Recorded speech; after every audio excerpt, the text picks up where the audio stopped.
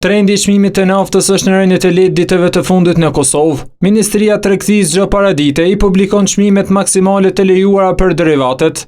Nafta të mërkurën kushtoi €1.65, benzina €1.39, kurse gazi mbetet njëjtë sikurse një ditë më parë, 88 cent për litër.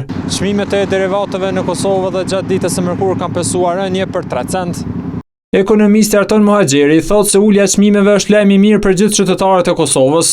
Është lajm i mirë për Kosovën, për qytetarët e saj dhe bizneset në përgjithësi, fillimi i uljes së çmimeve të derivateve, e cila nuk po ndodh për shkak të masave që ka ndërmarrë qeveria, por po ndodh për shkak të marrëveshjes për anëpushim të arritur mes dy shteteve, SBA-s dhe Iranit. Ndërkohë Fadil Berjani nga shoqata naftetarëve theksoi se çmimet e naftës mund të luajnë pasi nuk varet nga ta. Unë jam me paradjiku se çfarë çmime do të kenë shkaku se ka devizet në vend në trezet ndërkombëtare. Kjo është arsyeja se do të kenë çfarë çmime do të kenë, nuk mund me paradjiku.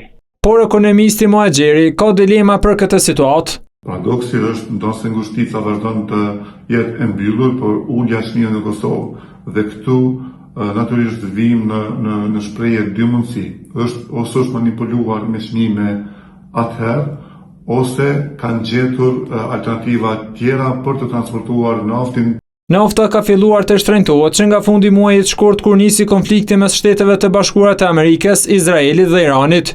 Ngushtica e Hormuzit ka rëndësi të madhe tregtare, meqense përmes kësaj rruge ujore përfshihet furnizimi 20% të naftës në nivel botror.